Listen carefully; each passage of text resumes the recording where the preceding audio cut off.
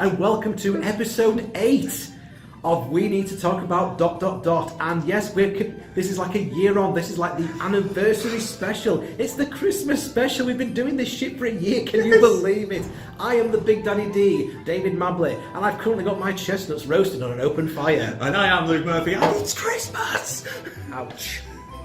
And we're here to talk about a Christmas movie, but not a nice Christmas movie. You know, that would suggest that we're covering something fantastic like The Muppets Christmas Carol, or It's a Wonderful Life, or Home Alone, or Santa Claus the Movie. Or it would suggest that we're covering something awesome like Die Hard, or Lethal Weapon, or Gremlins. You know, all Christmas movies. All Christmas movies, you know. It would suggest that we're going to be covering a good Christmas movie, but if you've watched this show before, you know that's not the case. You see, for every good Christmas movie out there, there's also a number of bloody awful ones as well.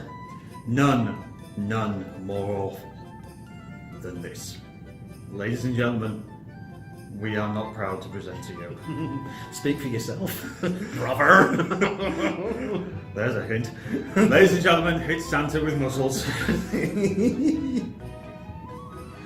I've got the red, white and blue running through my veins. My doctor tells me that's not normal.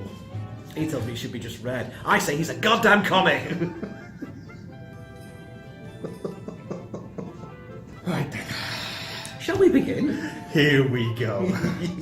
Santa with Muscles is a 1996 American Christmas comedy starring Hulk Hogan and directed by John Malofsky, who later went on to direct a dozen more or so movies that you've probably never heard of, including another Hulk Hogan stinker called The Secret Agent Club and a number of other direct-to-video Christmas-themed movies that you'll probably find in your local Poundland at this time of year.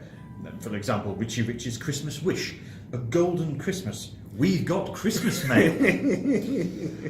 Spoiler, it doesn't have Tom Hanks and Meg Ryan in that one. Upon its 2-week cinema release on the 8th of November 1996, yes, this was released in the cinema. It was very quickly panned by critics and was widely considered to be one of the worst movies of all time. How bad can it be? Well then, buckle up, ladies and gentlemen. Buckle up.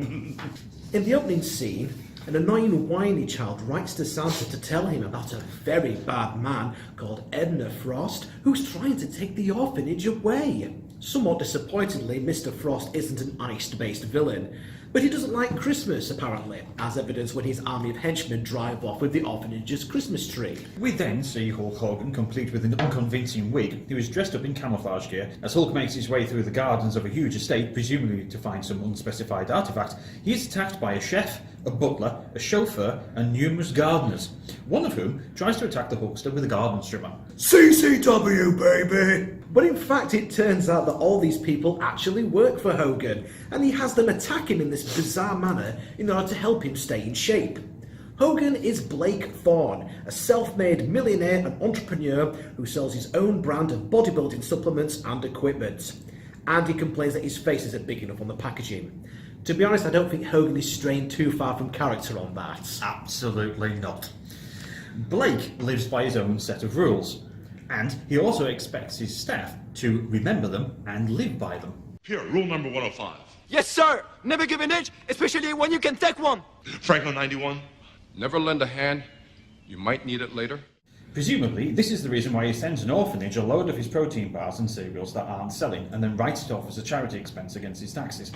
Also, he doesn't like Christmas either, so if you haven't twigged on yet, he's definitely a bit of a baddie in this one.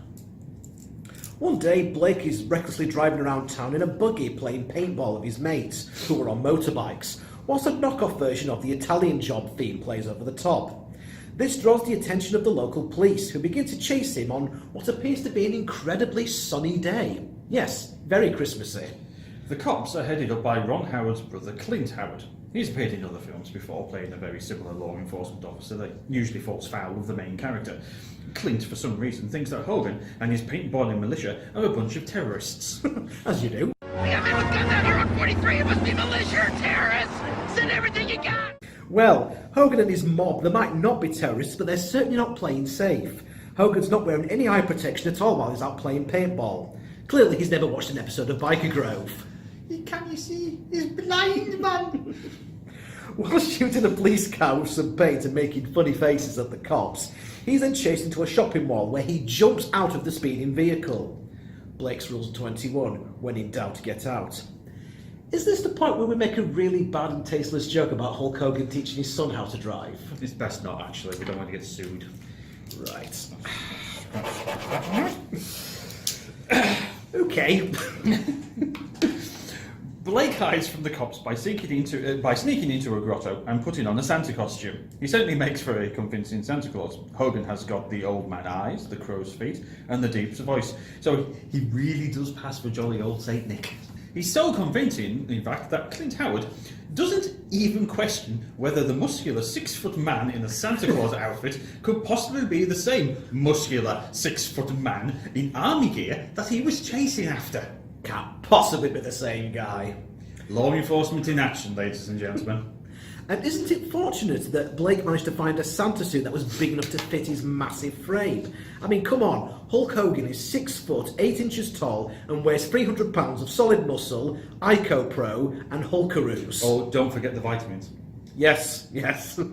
The vitamins. And the saying of the hoorays. Yeah. See, this is not the typical size of your regular mall Santa. In fact, who the hell was the original mall Santa anyway? He must have been a big lad. Maybe it was Hogan's mate, the Big Show. Clearly he got an offer to star in a much better Christmas movie.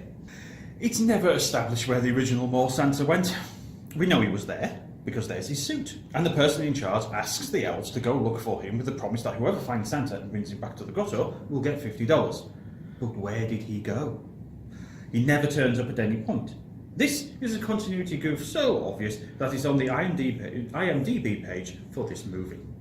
We then cut to a scary-looking house with some big steam pipes that's inhabited by an evil scientist called Edna Frost, played by Ed Begley Jr. He's a bit of a Howard Hughes type germaphobe eccentric millionaire that lives in constant fear of being ill and surrounds himself with an army of doctors and disinfectants at all times. Yeah, mate, I don't know either. Compared to this, Zardos actually makes sense. We also learn that Frost wants to take over the orphanage and demolish it for some unspecified reason. I must have that orphanage. I'm not sure really if this guy is supposed to be a criminal mastermind or another eccentric self-made millionaire entrepreneur like Blake is. I mean, where does he get all of his vast wealth from? Frost, like any good villain, also has his own group of henchmen that look like something out of Action Man, with their own wrestling-type gimmicks and comical outfits. There is the lady with electricity powers, an overly sexualised costume and no spoken dialogue whatsoever. There's the bloke dressed like an archaeologist from the 1920s, complete with monocle. Or what about the evil perfumist that essentially farts everywhere? Or the large oriental gentleman that is quite clearly Hogan's mate Brutus the Barber Beefcake in an unconvincing disguise. No, I am not making any of this up. I really wish he was. Back at the mall, and Hogan is trying to hide from the cops inside the garbage chute, but when a damaged Santa model gets thrown down the chute, he ends up sustaining numerous heavy blows to the head, knocking him out. When he gains consciousness, he really thinks that he's Santa Claus. You know, as you do. Yep, Blake is now suffering from amnesia, and as Mick Foley stated in his best-selling book, amnesia storylines don't really work in wrestling, or indeed in anything else. Getting a concussion makes you a better person. The only time when getting amnesia has actually worked within the confines of a wrestling storyline and promo is when Matt Hardy got amnesia and was no longer broken. Yes. Oh yes, he started wearing nice jumpers. He started wearing nice jumpers and what have you. People say I used to be sort of this wrestler and what have you, which I find hard to believe. However, I have a wife and son now, and I find this news delightful. An unconscious Blake is discovered by Lenny, played by Don Stark from That 70s Show and Curb Your Enthusiasm, who mistakes him as the mall Santa.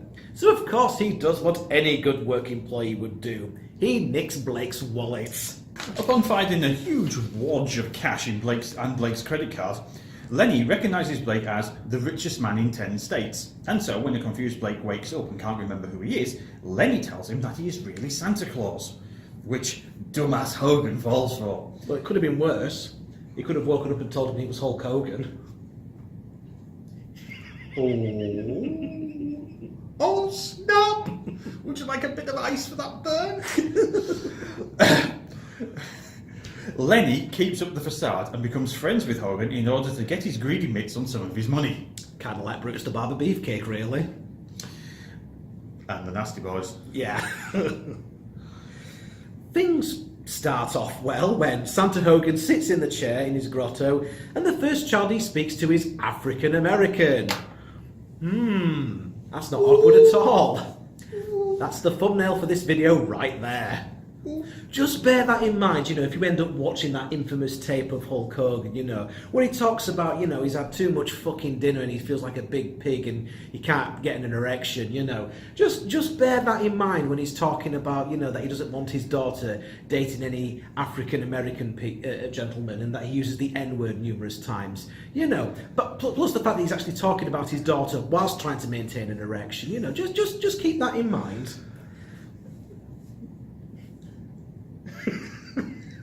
Moving on. Whilst Blake is entertaining the kids, Lenny the elf is trying to use his credit card in an ATM machine that presumably is from the future. Bear in mind that this is the mid-1990s. We're reviewing this film in 2018 and that although you can now unlock your phone with your fingerprint, that type of technology just isn't in ATMs today like it's depicted here. The ATM machine actually speaks Blake's name and asks him to scan his fingerprint for identification. No PIN number required here, folks. Despite being such a sophisticated piece of security, and Lenny clearly not being Blake Thorne, the ATM machine doesn't keep the card that Lenny stole, it actually gives him the card back. That sounds safe. Meanwhile, a couple of wrong-uns decide to steal the collection money for the local orphanage that is in danger of being shut down. Of course, Santa Hogan leaps into action and starts jobbing out these jabronis in short order, brother. Everybody cheers as the baddies are body slammed through doors and candy canes are used as weapons. EC dub! EC dub! EC dub! No one calls for more security or the police, just let jolly old St. Nick deal with it. Santa Blake then decides that he needs to pay a visit to this orphanage, which just so happens to be the same one that Frost wants to destroy. I mean, I have to say, this must be the world's smallest orphanage, considering that it only consists of 2 members of staff and 3 kids, one of which being played by a very young Mila Kunis. This is... Alas. Oh, bless her. This is only her second movie role as well, the first one being in Piranhas the year before. She would, of course, later go on to have a very successful film and television career. She would become a regular cast member in That 70s Show and Family Guy, before starring alongside a foul-mouthed teddy bear and getting eaten out by Natalie Portman.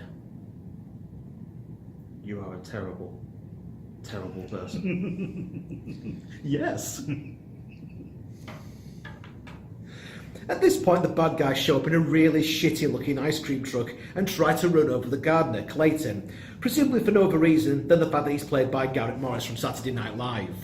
Luckily, Santa Blake stops the truck by grabbing a chain and throwing it onto the ice cream truck's bumper.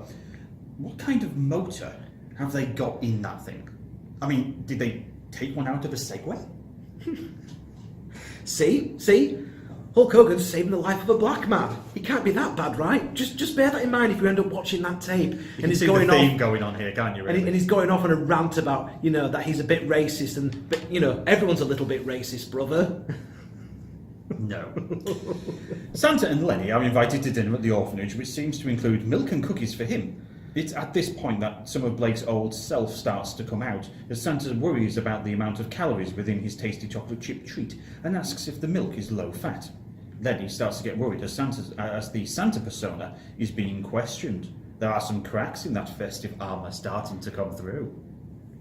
Santa and Lenny are offered a place to stay for the night, which is fair enough. They did save Clayton's life and chase off the baddies, but these are still 2 very strange men.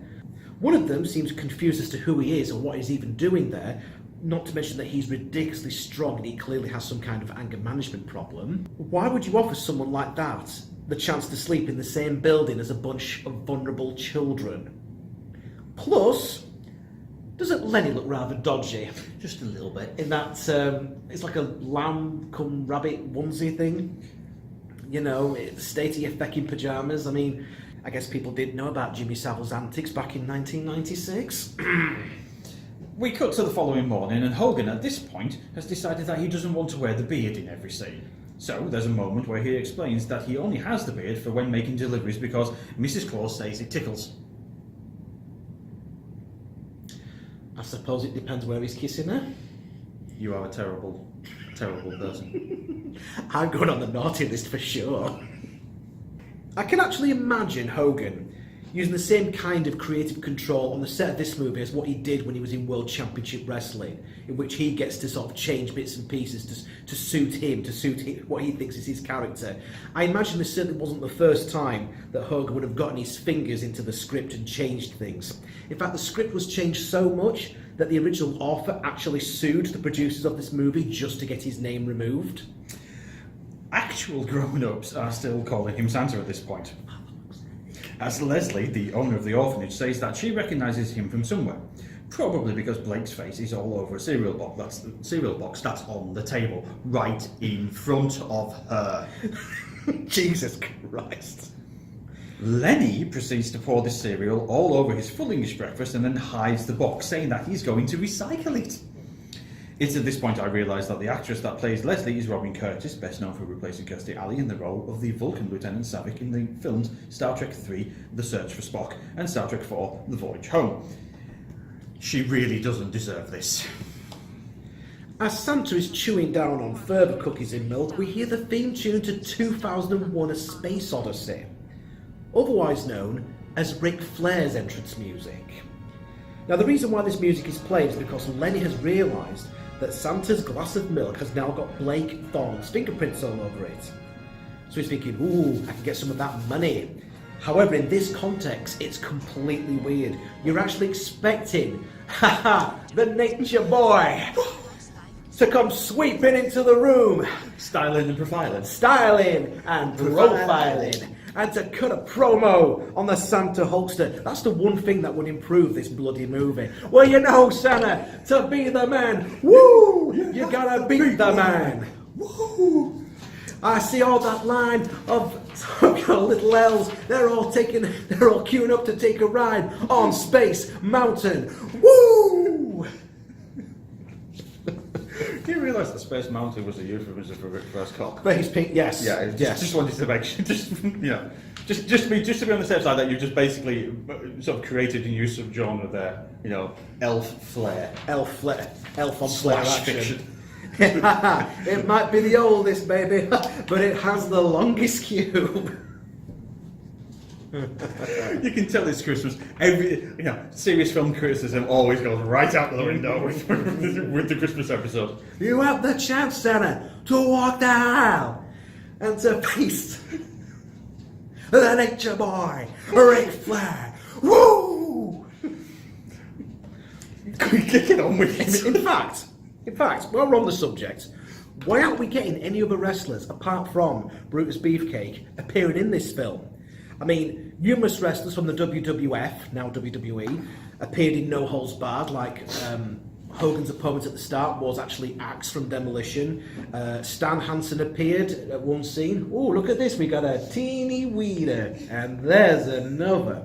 And on the commentary team, we had Jesse the Body Ventura and Mean Gino Goodham. That wasn't enough. When he came on to doing Suburban Commando, The Undertaker was one of the bounty hunters. You know, at one point going, what is this, a tag team? And then numerous members of the Dungeon of Doom appeared at the start of Mr. Nanny. So like Zodiac, you know, yes, no, yes, and the Shark and Ming and what have you, you know. Kevin Sullivan. Not the Dungeon of Doom. Yes. Oh my word. No. Loch Ness. Loch Ness. Or Giant Haystacks. The Giant Haystacks, as we knew him in this. Giant Haystacks was Loch Ness. Perhaps WCW didn't realise at the time that Loch Ness was a place, not a person. How did they top that? Kevin Nash as Oz. No offence to Ed Begley Jr., but Ric Flair would have been great as Ebner Frost. The Nature Boy, styling and profiling all over this movie would have made it so much better. You could even have gotten the Four Horsemen to be his minions. You could have gotten Arn Anderson there, you know, to be the evil doctor or something. Anyway. Lenny gets hold of the glass and hides it away to use later at the world's most futuristic cash machine. It's at this point that another wrestler's theme music would start playing. Money, money, money, money, money. Virgil turns up at this point. Can you lend me a tenner? The local press hear of steroid Claus's exports and so hits the front page news where he's called Santa with Muscles. Hence the stupid bloody title of this stupid bloody film. Santa also gets himself a new suit to show off his 24-inch pythons, brother. Made by the kids at the orphanage, bless them, alongside with a utility belt and some leather gloves. I'm sure they meant well, bless them, but did they really need to turn Santa into the lost member of the village people? Furthermore, where the hell did these orphans find a pair of bright red skin-tight leggings that would fit a 6', 8" tall man, for fuck's sake? Despite the fact that he is now all over the news, still nobody recognises him as that famous rich guy that puts his face on cereal boxes and protein bars.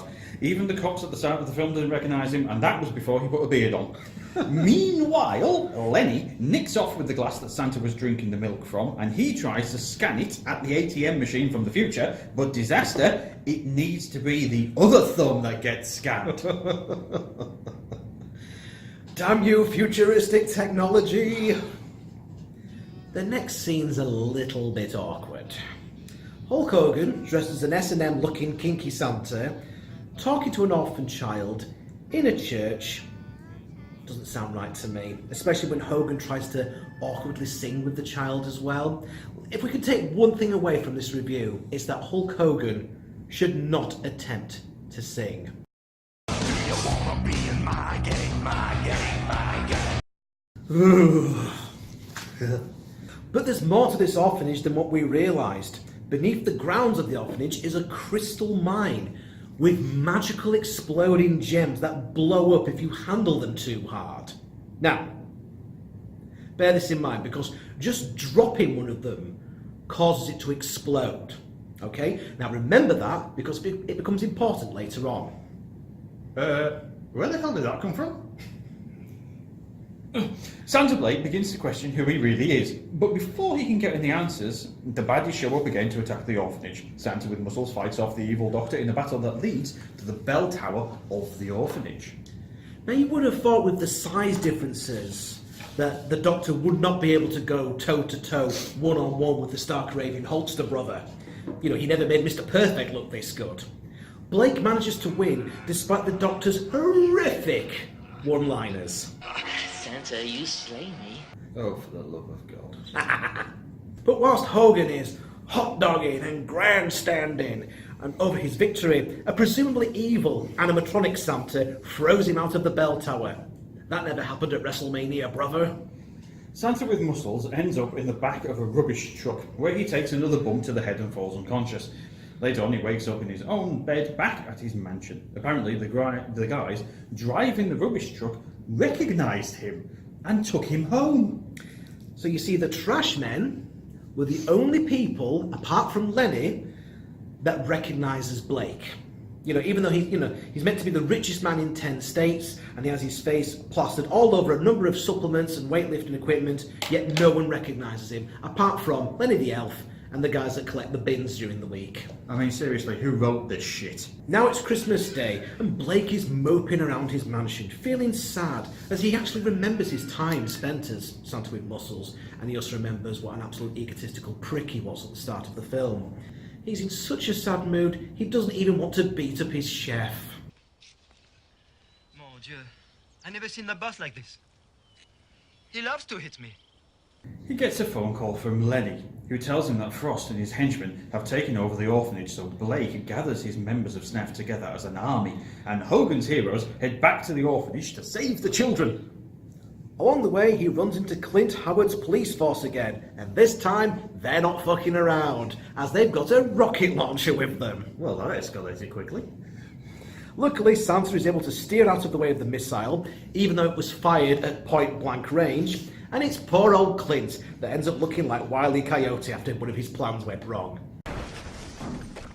Which one of you turkeys is responsible for this? You know what, mate? I've been wondering the same thing all the way through this movie. Santa with muscles and his minions infiltrate the orphanage and beat all of Frost's henchmen, with Lenny redeeming himself and turning full-on babyface by pouring water onto the evil electric lady, which, to be honest, I'm convinced would probably actually kill her.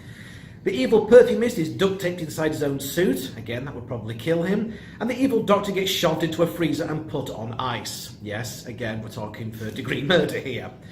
And of course, he faces the evil Oriental Brother Brutai, who gets defeated by Blake by using the crane kick technique from the Karate Kid movies. No, I'm not joking about that either. After defeating all of the evil henchmen, Santa finds Clayton sitting quietly in a room, who explains to Blake that he actually grew up in this very same orphanage alongside his best friend, Ebner Frost. What a twist! Nope, of course, none of this makes any sense whatsoever, because Blake doesn't recognise the orphanage and he doesn't recognise Frost. Where did this swerve come from? Orphan children, millionaire, muscles, utility belt. Did this just turn into a really, really shitty Batman film?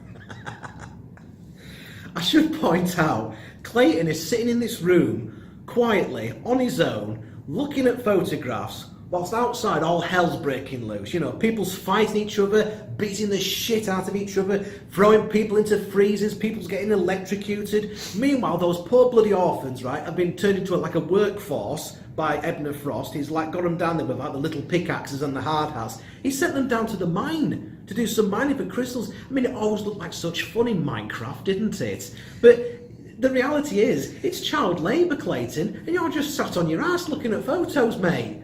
Come on!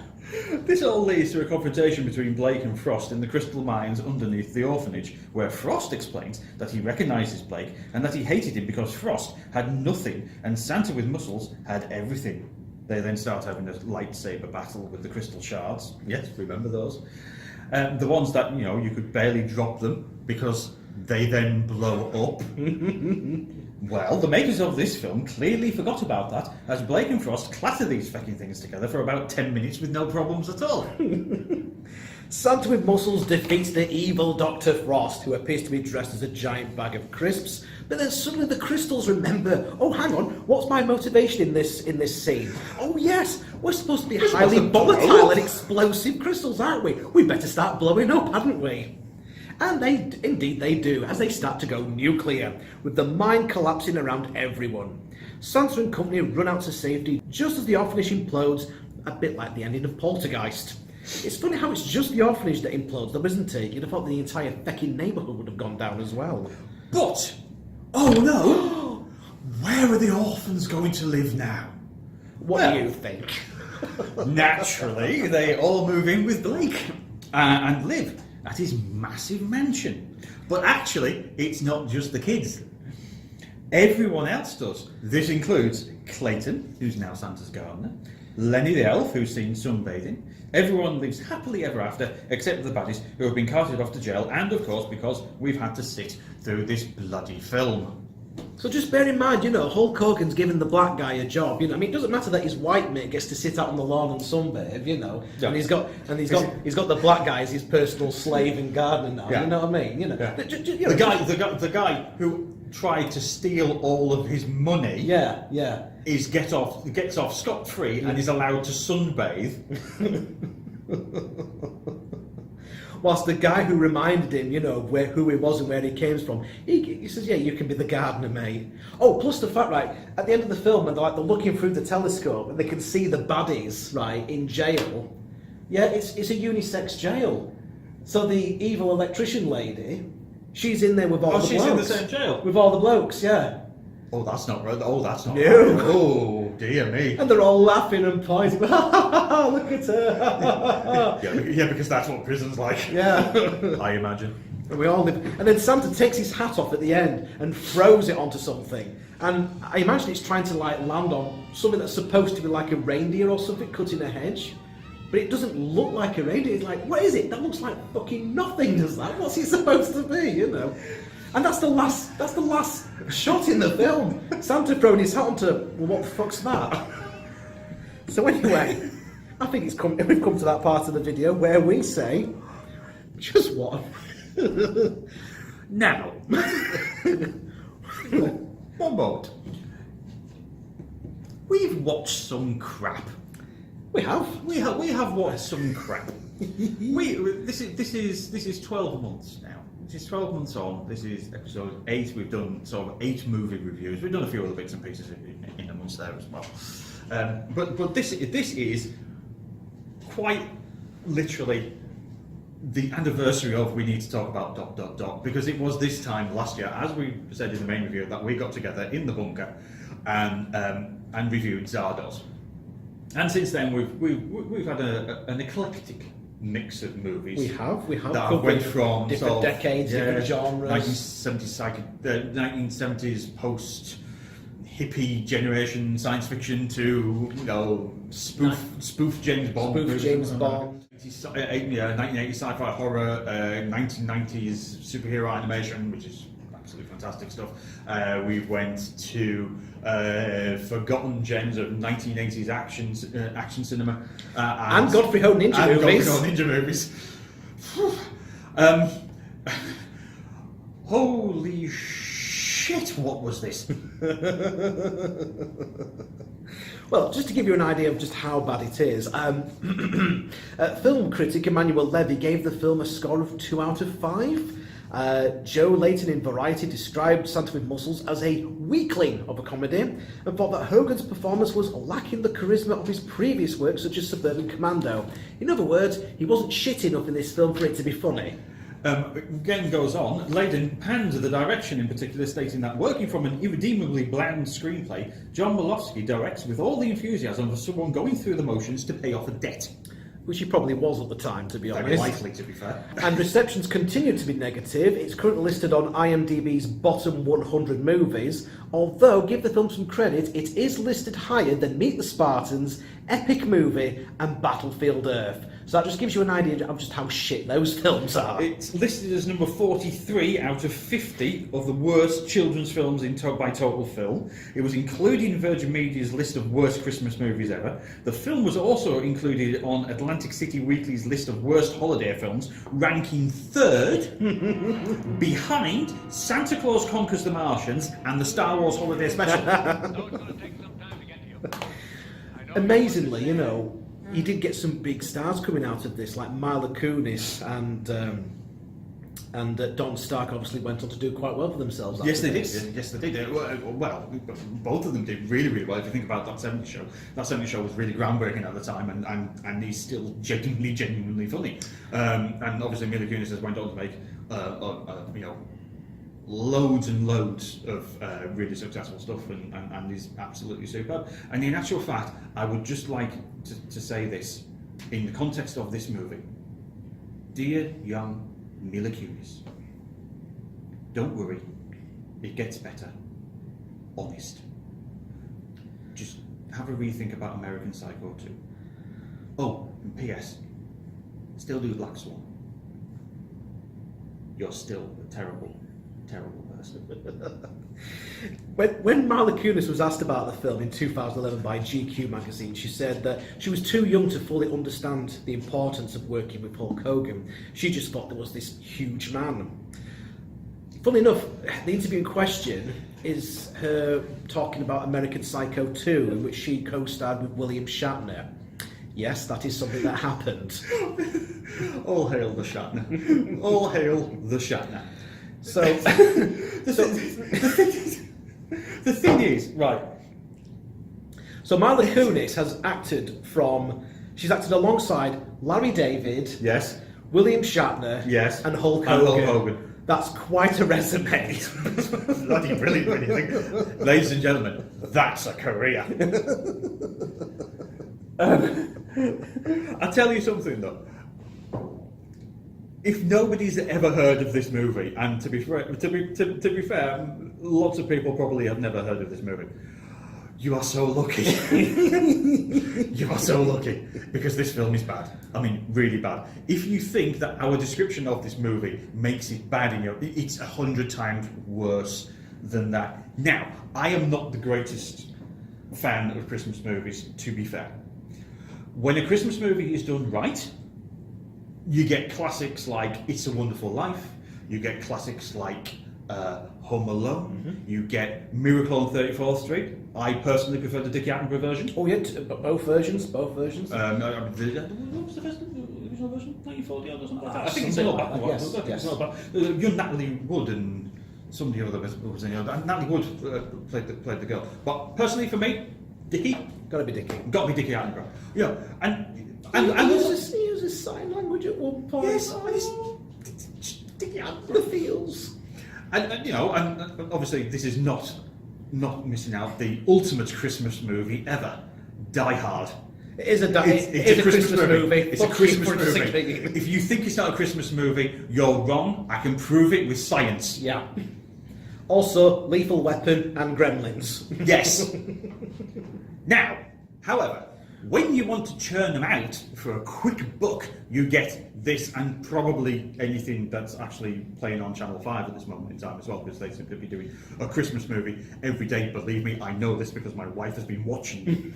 And these are the same type of crap that comes out in Poundland as well. Yes. Yeah, stuff like Yes. You've Got Christmas Mail. You've Got Christmas Mail and what have you. I mean, just to get this, it's on one of the free-to-air movie channels, Movies 24, changed its name to Christmas 24, now shows 24 hours a day Christmas movies, including Santa with Muscles. That's why I watched it. Santa with Muscles. No. But here's the thing, though: it changed its name to Christmas 24 in the middle of September. What? Oh my God. I'm not joking. So since September they've been showing Christmas movies 24/7. Christmas movies 24/7. Oh my God. And one of them's Santa with Muscles. And one of them was Santa with Muscles. And your wife's been sat there watching. Well, to be fair, she Not has- constantly. Not constantly. I'm because sort of thinking of that scene now from A Clockwork Orange. Make it stop! Make it stop! it's like programming people to hate Christmas and Christmas movies. But I hope your wife doesn't see this video. She'll probably turn violent just from seeing the hats. I'll have to show her this and just make a point of actually saying this. Oh, my darling, by the way, you get a mention. Hi, Rebecca. Hi. That bit's staying in. I'm staying in. We'll keep that bit in. But it's just awful. And okay, the acting is terrible, the script is awful, the direction is woeful, but most of my hatred of this movie does come from the fact that it involves Hulk Hogan. Who, quite frankly, is the worst professional wrestler ever. And he's not a particularly nice person And he's either. not a particularly nice person. Now, the thing is, though, he was the right person at the right time, in the right place, with the right look for WWF, now WWE, to build their house on and what have you. And I'm absolutely fine with that. He was also the first person, or the first professional wrestler to try and break out into movies. And obviously this was starting with Rocky 3. Thunderlips, the ultimate male. Yes. And again, I'm all right with that, because if you think about it, so prior to Hulk Hogan in US movies, in Mexico, loads of films involving luchadors. You know, El Santo, Blue Demon. Blue Demon. And even there was Christmas filmed movies involving luchadores. Yeah, because why not? Because of course you would do. And you know, I'm absolutely fine with everybody that's come after that have ended up in movies. You know, but currently at this moment we have the greatness that is The Rock. You know, who's only like the biggest and highest paid actor in Hollywood at the moment. At this moment in time. You know, lad's done well for himself. Yeah, certainly has. John Cena seems to be going that way as well. He's in the new Transformers film. He is, yeah, which is actually, strangely, looks really, really good. We had Roddy Piper kicking ass and chewing bubble gum. Can we take a minute for Roddy? We can, yeah. Although the less said about Hell Comes to Frogtown, the better. You know, we've had Big Show like showing up in like numerous films, like he was in Jingle All the Way. Yeah. He's like popped up in like various sort of bits and pieces. You know, if you need a massive 7 foot tall bloke, you know, he's your man to go for. Oh, Andre the Giant in The Princess Bride. You know, such a wonderful part of what's already a fantastic film. Yeah, you know? and he he's the heart and soul of that film. The heart and soul of that film. Oh, Andrew. But dear God, Hulk Hogan's filming career went down the hill since he chucked Rocky Balboa out the ring. I mean, we've mentioned No Holds Barred, we've mentioned Suburban Commando, we've mentioned Mr. Nanny, the terrible, terrible TV series Thunder in Paradise. Night Rider on a boat. Yeah, even certain movies that were not for public consumption have not helped his standing. His reality, in inverted commas, TV series basically showed that his family life was a complete and utter car crash. No pun intended. We've already crossed that bit out. Yeah, we definitely have crossed a bit. It came back into it, and until recently, he was persona non grata at his former employer. Until obviously, only to come back when some sweet Saudi cash was flashed in Vinnie Mac's face.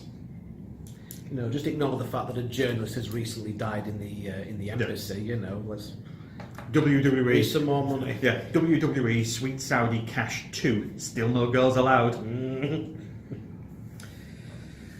So yeah, it's a terrible movie featuring a terrible person. Of course, Yes. Don Stark and Mila Kunis 3 years later would go on to star in an incredibly popular movie together. An incredibly popular TV show together, that 70s show. I just feel that the whole concept of Santa with muscles doesn't really work. You've got the idea of Santa with muscles. An alternative idea would be, right, okay, he's in camo gear to begin with. What if he was like a special forces guy that had to go undercover as a mall Santa to foil the crime syndicate? What if, I don't know, Hulk Hogan played the part of a bodybuilder or even a wrestler, played to his parts, who happens to be the younger brother of Santa? And when something happens to Santa, he has to take over. There's so many different ideas you could have used for a title like Santa with Muscles. But instead we've gone in this direction. It just seems very odd and weird. And again, it just comes out like it plays off Scrooge, basically. It really does. It plays off A Christmas Carol. A horrible character who hates everyone and everything, hates Christmas. But he has vast wealth. Through various means, then becomes a nice character and becomes sort of welcoming and what have you. But to be fair, okay, you've got A Christmas Carol there. Go off and read A Christmas Carol, or go and watch any filmed version of A Christmas Carol or Scrooge or whatever it was called at the time. The Alistair Sim version is very, very good. Or the Patrick Stewart one's very good. The Patrick Stewart one's dark, very, very good. Although really, really good. I do have a soft spot for the Muppets Christmas Carol. Oh. So you've got plenty of choices of wonderful family movies to watch over Christmas. Wonderful family Christmas movies. So why would you watch this shit? Why? Yeah, you would give this a wide berth. Funnily enough, this isn't the only terrible Christmas film out there starring a professional wrestler. Oh, God. Perhaps if we're still continuing to do this show a year from now, perhaps we could watch this one next year.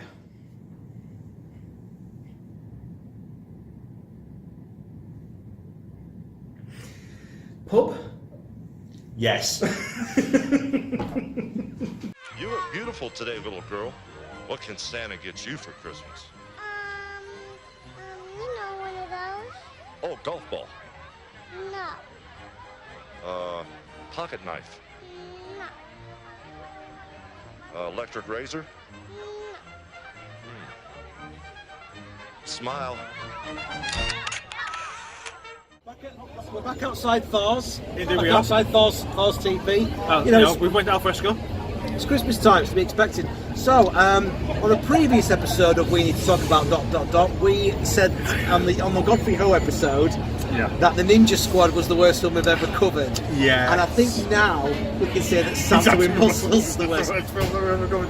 Hulk Hogan's acting is shit in this. Yes. At least in something like No Holds Barred and Suburban Commando, it was like loud and over the top and what have you, and I could sort of enjoy it.